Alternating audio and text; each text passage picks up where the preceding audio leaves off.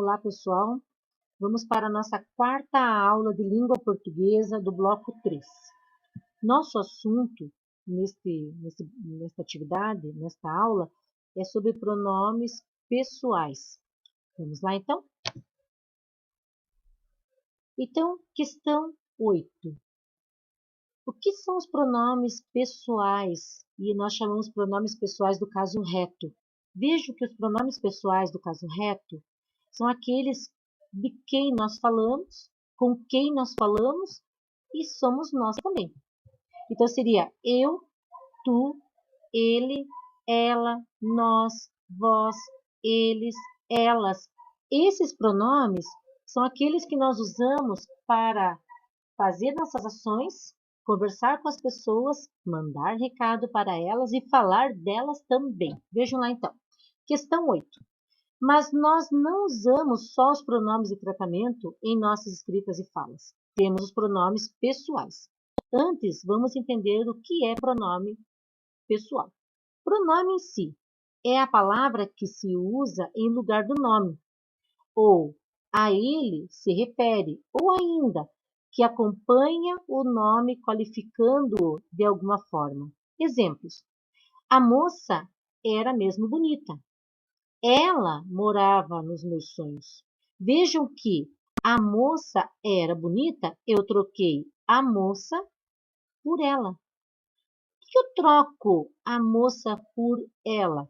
Porque fica muito ruim a gente falar a moça era mesmo bonita. A moça morava nos meus sonhos. Então, o que nós estamos pensando? Que esse pronome tem a função de substituir o nome. O nome pode ser a moça, nome de uma pessoa. A Júlia fala assim: Carlos, você viu a minha carta?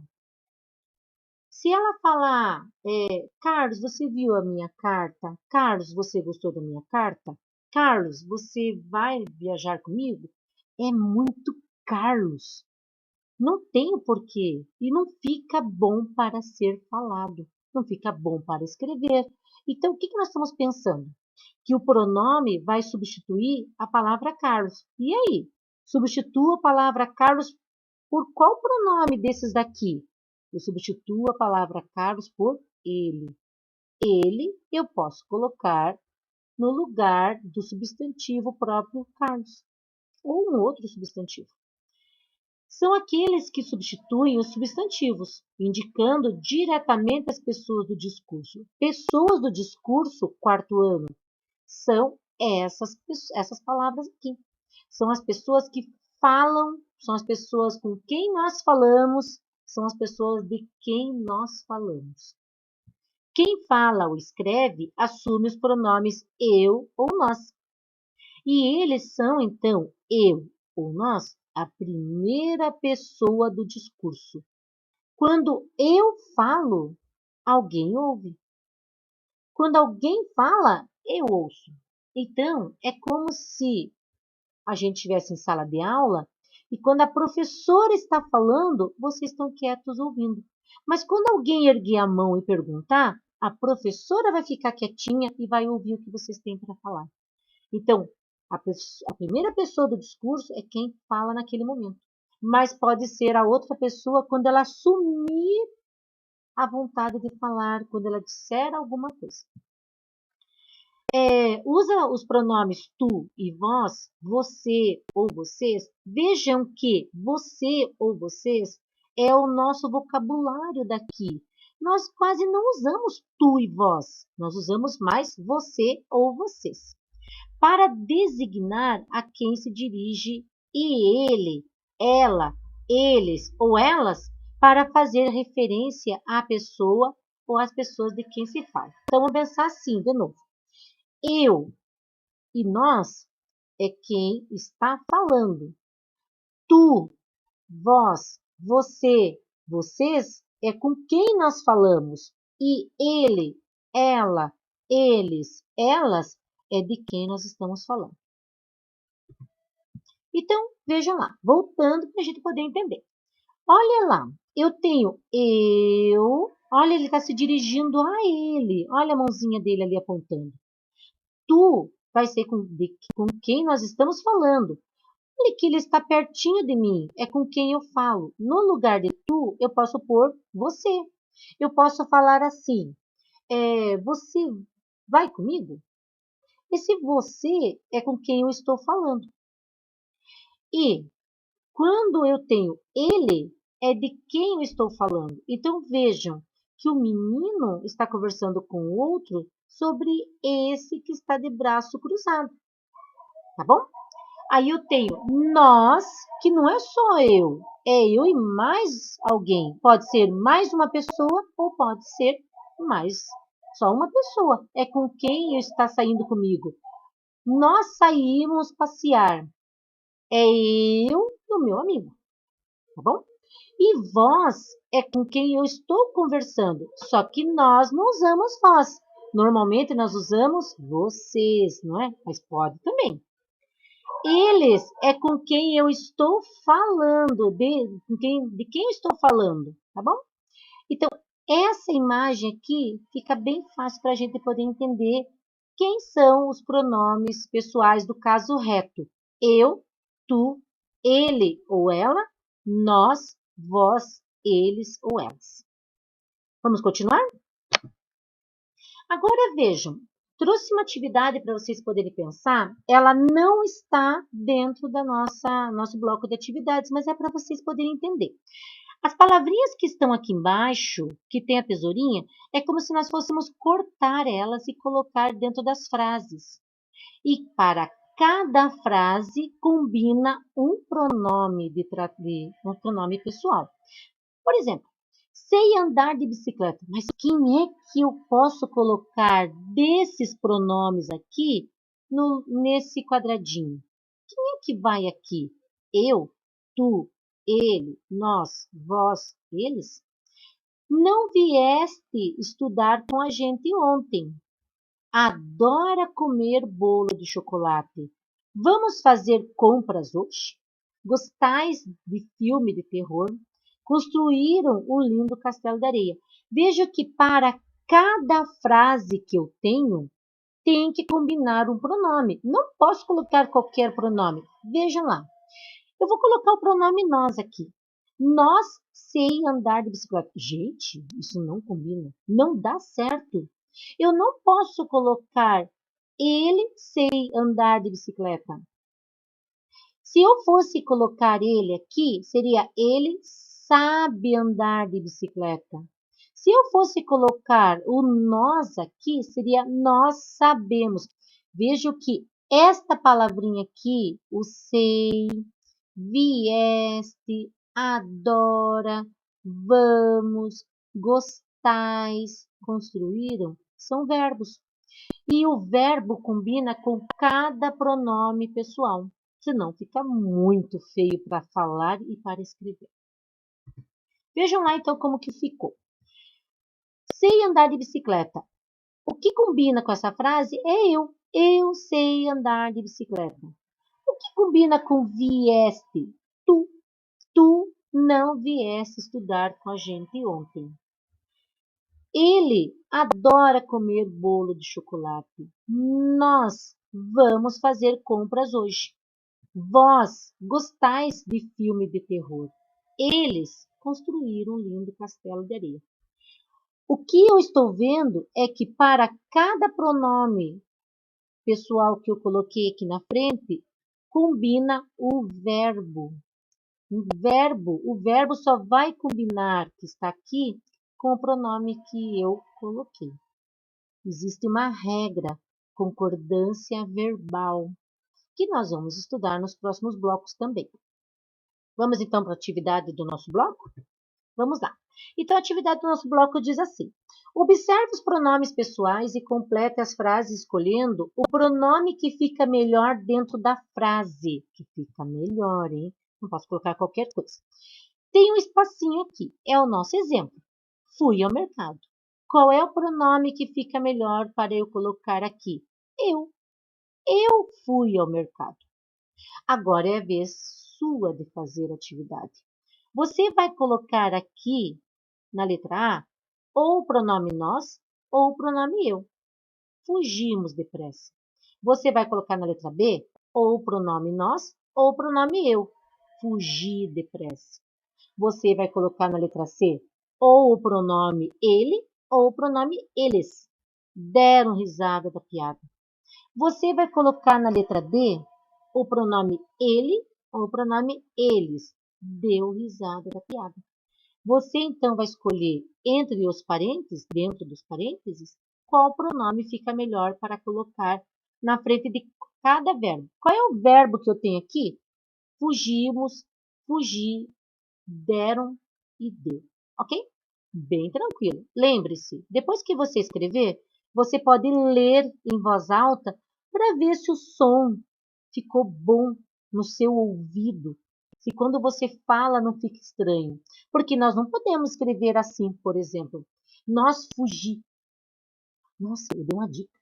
Não pode, fica muito estranho. Qualquer coisa é só me chamar se tiver dúvida, tá? Vamos continuar?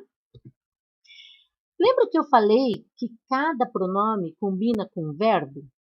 Mas os verbos também eles podem acontecer no tempo presente, que está acontecendo agora, no tempo passado, que já aconteceu, e no tempo futuro, que vai acontecer. Normalmente, as cartas que as pessoas escrevem, elas escrevem tudo que elas já fizeram. Então, é o tempo passado. Vamos à questão 9, então? E junto com os pronomes estão os verbos. Os verbos são palavras que indicam as ações das pessoas, dos seres.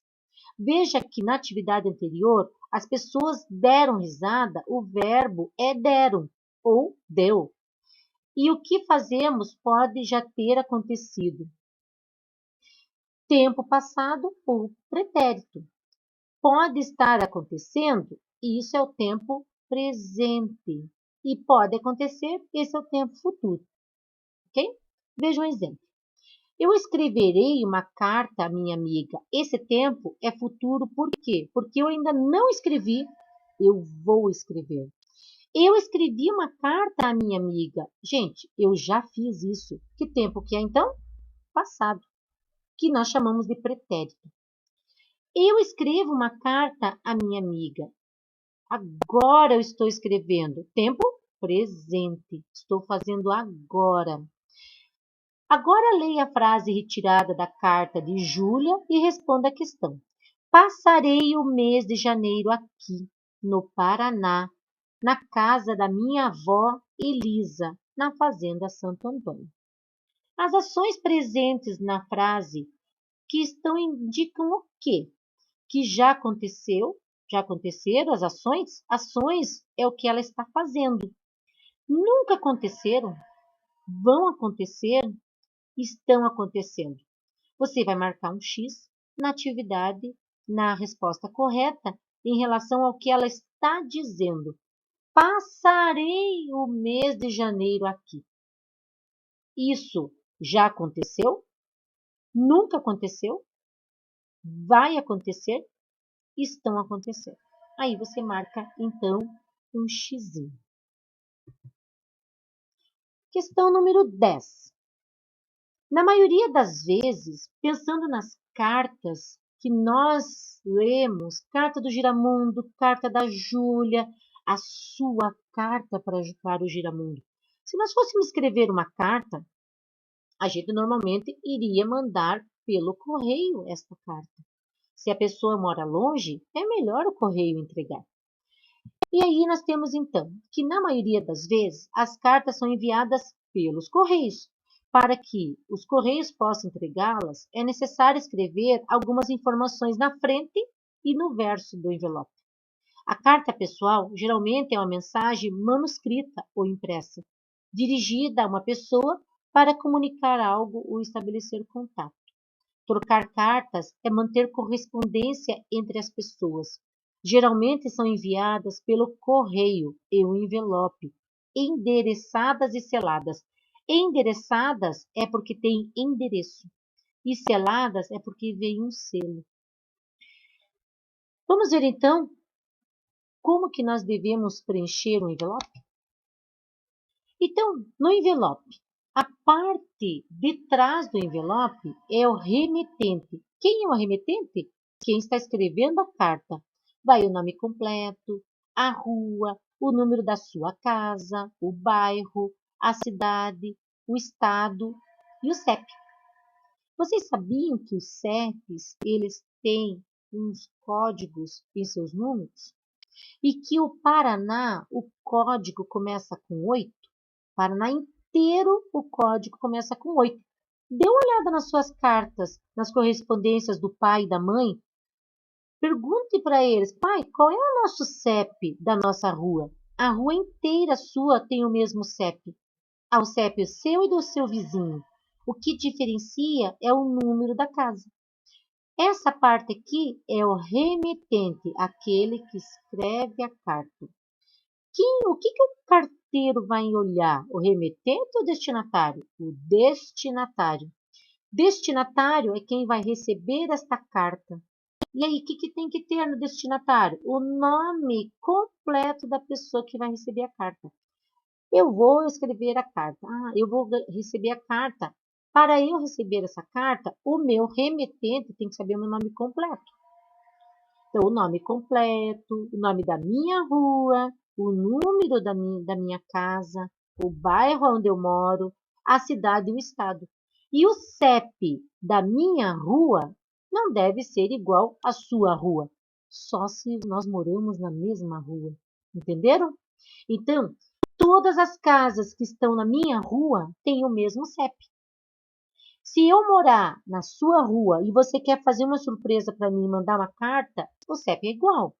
Mas a única coisa que eu entendo e que é para a gente perceber é que o 8, todos os nossos CEPs, todos, da Clementina Cruz, do endereço da professora, do endereço da tia se mora no Paraná, ela começa com o 8.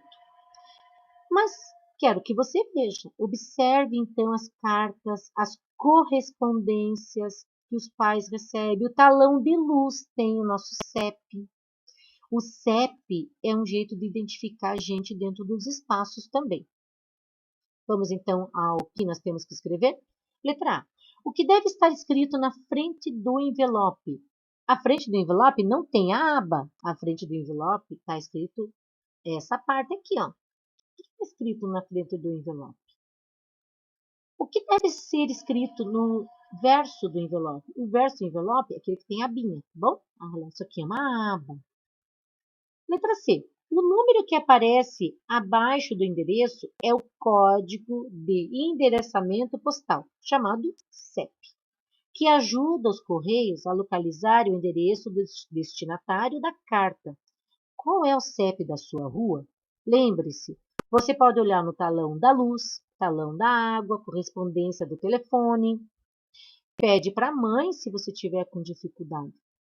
E outra coisa que alunos do quarto ano devem saber, e é bom a gente olhar e guardar, qual é o seu endereço. Aonde você mora? Você precisa colocar aqui, então, o endereço da sua casa, o número da sua casa. Quem mora em prédio tem que ter apartamento, tá certo? Isso daqui, da letra C e D, talvez você precise da ajuda do pai e da mãe, ou de alguém que esteja pertinho de você. Mas se você precisar da minha ajuda, é só me chamar. Se você tiver com dificuldade de encontrar o CEP, é só me chamar também. Manda uma mensagem para mim, que eu te ajudo a procurar. Te indico quais são as correspondências que pode ter. Aliás, todas as correspondências têm CEP. Espero que você tenha entendido a lição. Espero que você consiga dar conta dela. Um abraço, boa aula, que você consiga fazer todas as atividades. Beijo, beijo.